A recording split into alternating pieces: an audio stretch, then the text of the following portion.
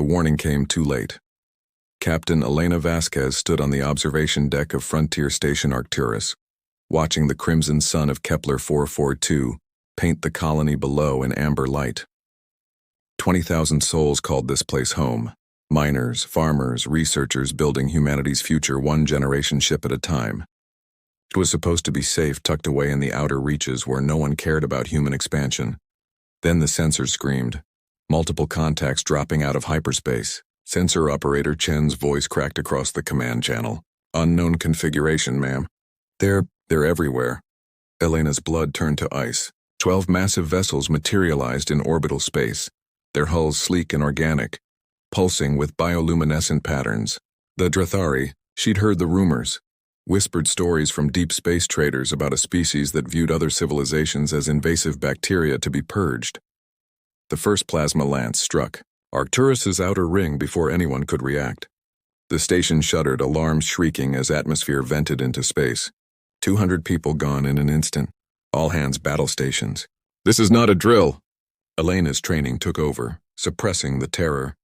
Get me a line to Colonial Defense. They're jamming all long-range communications, Captain. Chen reported. We're cut off. 20,000 civilians, 3 defense corvettes and 1 undermanned station against a fleet that could crack planets. The math was simple, brutal, and final, or so the Drathari believed. Down on the colony, Dr. Marcus Webb was elbow-deep in a mining drill when the sky caught fire. He watched, frozen as incandescent streaks carved through the atmosphere. Debris from Arcturus's outer ring, burning like falling stars.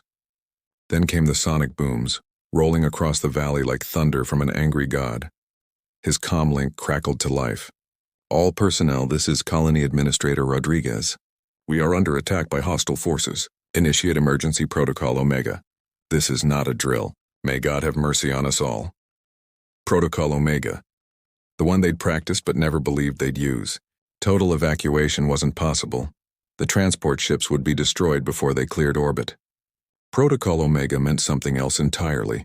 Fight back with everything you have, or die trying. Marcus looked around the mining facility. Industrial equipment designed to crack asteroids. Refinery systems that could process exotic materials. Fusion reactors powerful enough to supply a city. His mind, trained in physics and engineering, began making connections. Chen, get me a damage report. Elena ordered, surveying the chaos of her command center. Half the displays were dark.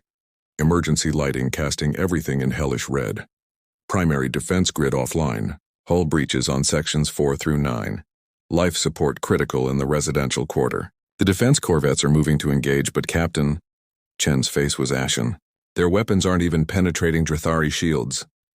Elena watched on the tactical display as the CSS Defiant unleashed everything it had. Railgun rounds, missiles, focused energy weapons. The attack splashed harmlessly against the alien shields like rain on glass. The Drathari response was surgical. A single beam that cut the corvette in half. Its crew of 43 lost in silent explosions. 2 corvettes left. 20,000 lives. No cavalry coming. Get me engineering, Elena said quietly. Lieutenant Sarah Okonkwo appeared on screen, her uniform torn, bleeding from a cut above her eye. Captain, I've got fires on 3 decks and the main reactor is running hot. Sarah, I need you to do something insane. The Drathari War Master Kethzar observed the primitive outpost with satisfaction. The orbital station was crippled, its defensive vessels pathetic. The ground colony was defenseless.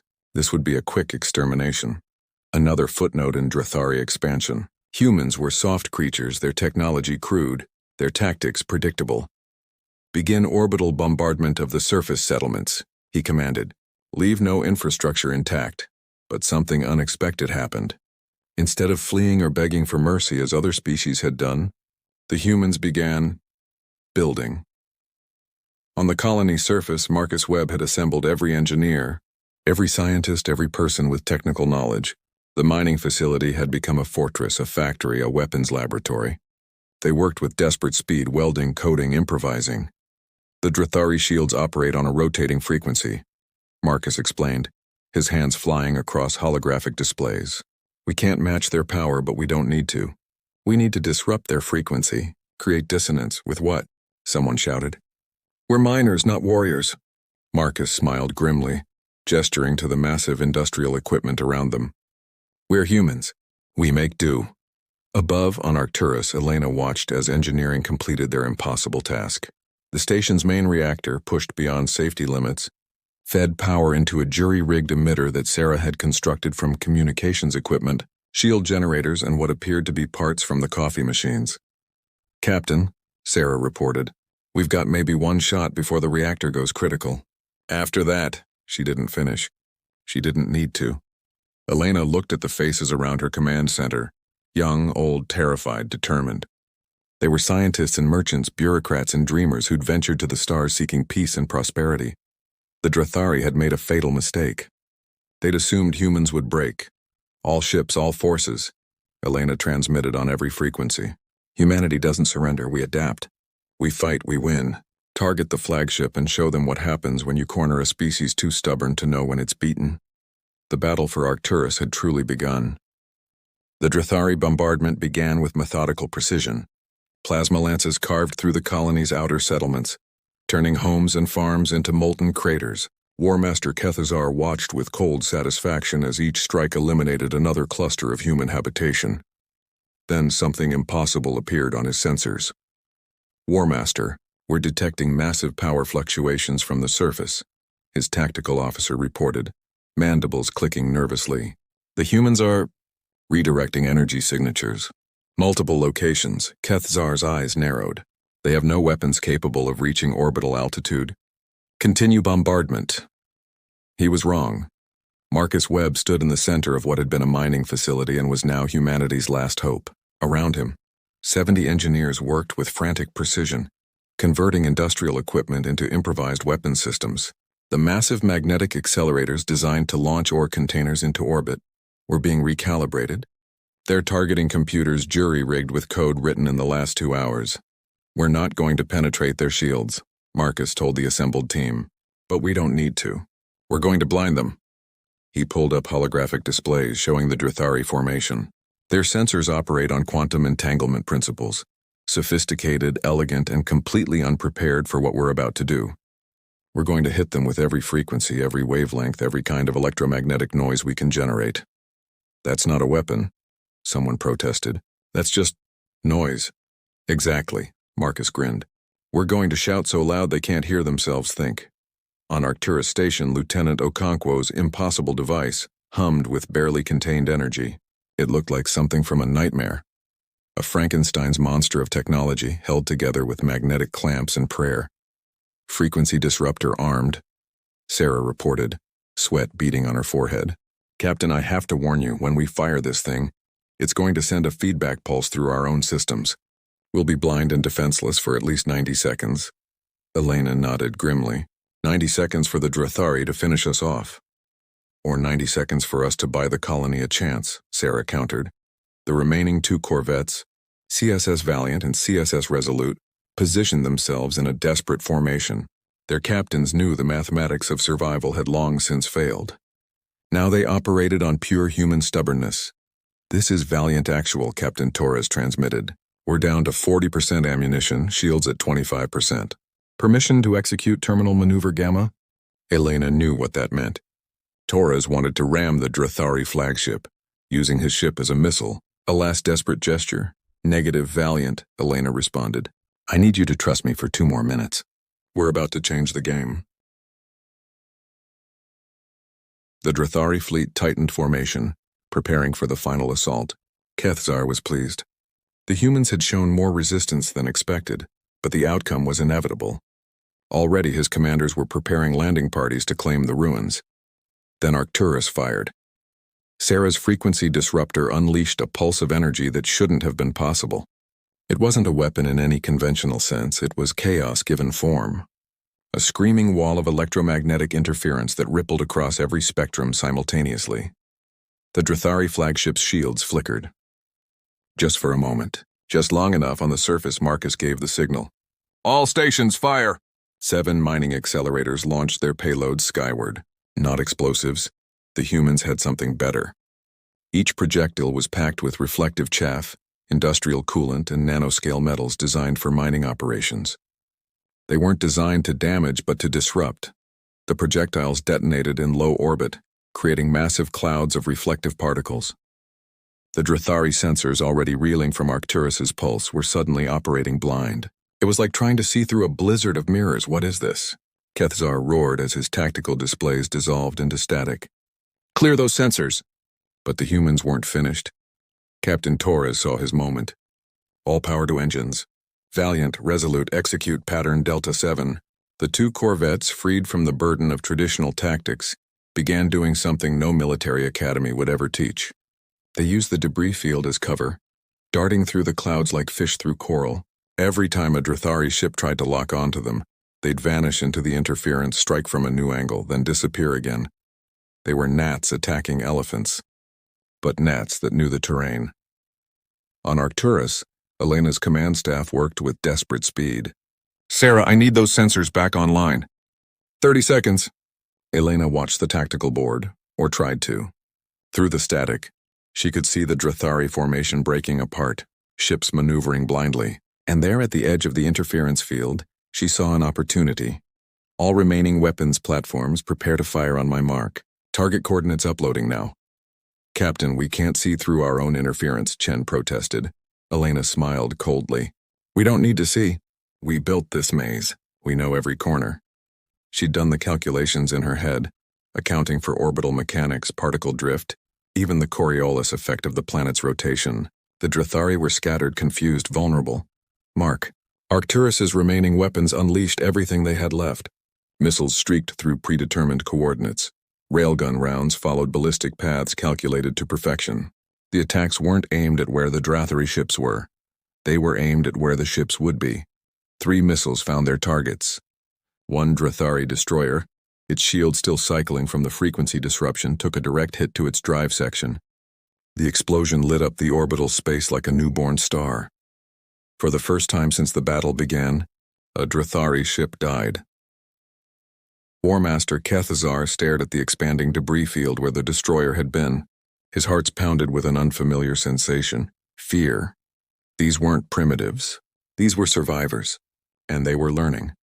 The destruction of the Drathari destroyer changed everything. For the first time in 300 years of expansion, War Master Kethzar faced an opponent who refused to accept defeat.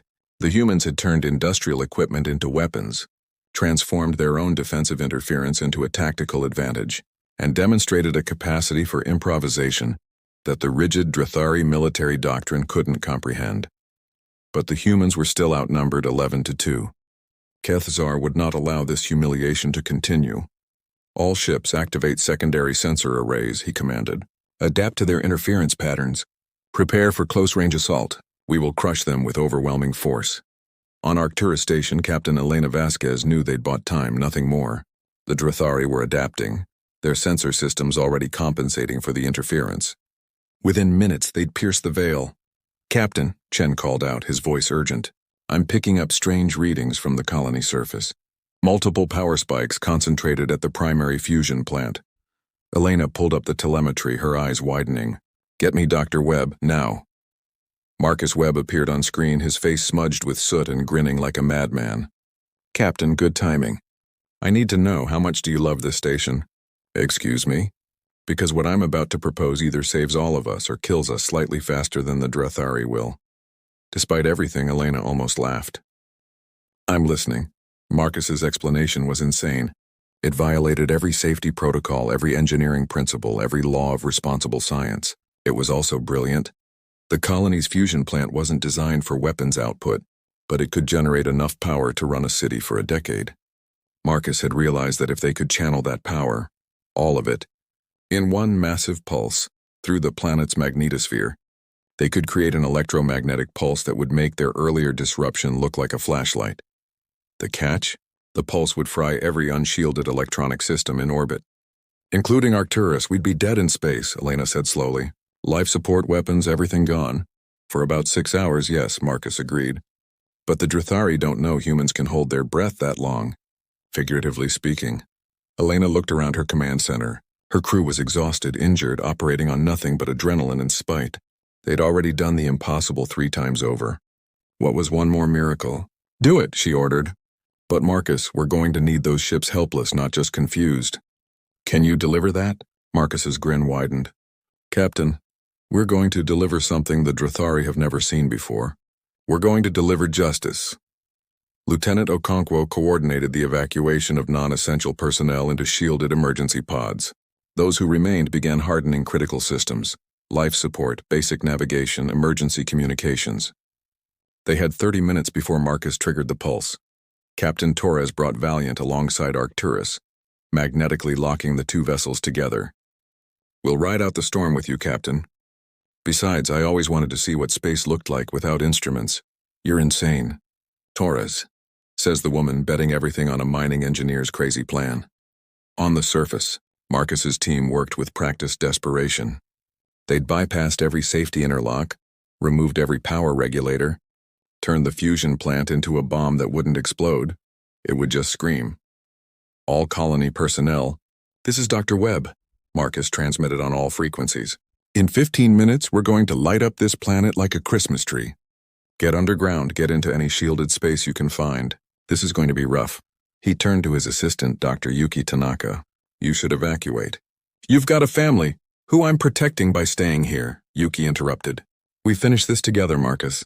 That's how humans do things.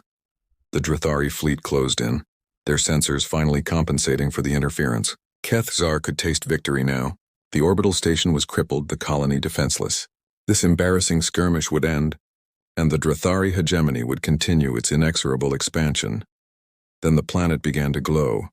It started at the equator, a brilliant ring of blue-white light that pulsed like a heartbeat. The planet's natural magnetosphere, supercharged by the fusion plant's output, became a weapon unlike anything the Drathari had encountered. Electromagnetic energy cascaded upward in waves, washing over the Drathari fleet like a tsunami. Advanced sensors overloaded, weapon systems crashed, shield generators, their control circuits fried, collapsed. On Arcturus, the lights went dark. Emergency systems kicked in for 5 seconds, then died. The station fell silent, drifting in space like a ghost ship. Inside, Elena and her crew waited in darkness, their suits' internal air supplies hissing softly. Through the viewport she could see the Drathari fleet, dead in space, dark hulls silhouetted against the glowing planet. 6 hours, she whispered. We just need to survive 6 hours. But the Drathari weren't alone in their vulnerability. With their systems crashed, life support began failing. The species that had conquered a dozen star systems, that had destroyed civilizations with impunity, suddenly faced a threat they'd never considered: helplessness. Escape pods began launching from Drathari vessels, hundreds of them, small craft with basic life support fleeing to the planet below. They had no choice. Their mighty warships had become coffins. On the surface, Marcus watched the pods descend. Do we shoot them down? Colony Administrator Rodriguez joined him, her face hard. They killed 2,000 of our people. They tried to exterminate us. Yes, Marcus agreed. And that's exactly why we don't shoot them down. Because we're better than that. The Drathari survivors were rounded up by colonists, armed with mining equipment and righteous anger but not engaging in slaughter. They took prisoners, established camps, provided basic medical care. When War Master Kethzar was brought before Administrator Rodriguez, he expected death. What he received was worse: mercy. You came here to destroy us, Rodriguez told him. You believed we were weak, primitive, easy to eliminate. You were wrong. We are resilient. We are innovative. We are merciful. And those qualities make us stronger than you could ever be. 6 hours later, Arcturus's systems came back online. The corvettes began recovery operations. And from the outer system, drawn by the massive energy signature, came human reinforcements, a full battle group that had been 3 days away when the attack began. Captain Elena Vasquez stood on the repaired observation deck, watching as Drathari prisoners were transferred to secure facilities. They would be treated fairly, tried for war crimes, and eventually returned to their people with a message. Chen approached her. Captain Command is asking for your report. How do we summarize what happened here? Elena smiled, thinking of Marcus and his engineers, Sarah and her impossible device, Torres and his stubborn corvettes, and 20,000 civilians who refused to die quietly. Tell them, she said, that humanity doesn't surrender. We adapt, we improvise, we survive. And anyone who underestimates that will learn the hardest lesson in the galaxy. The Drathari had come to Arcturus expecting an easy victory. Instead, they'd discovered something that would reshape galactic politics for generations. Humanity, when cornered, doesn't break. We bite back. And the galaxy would never be the same.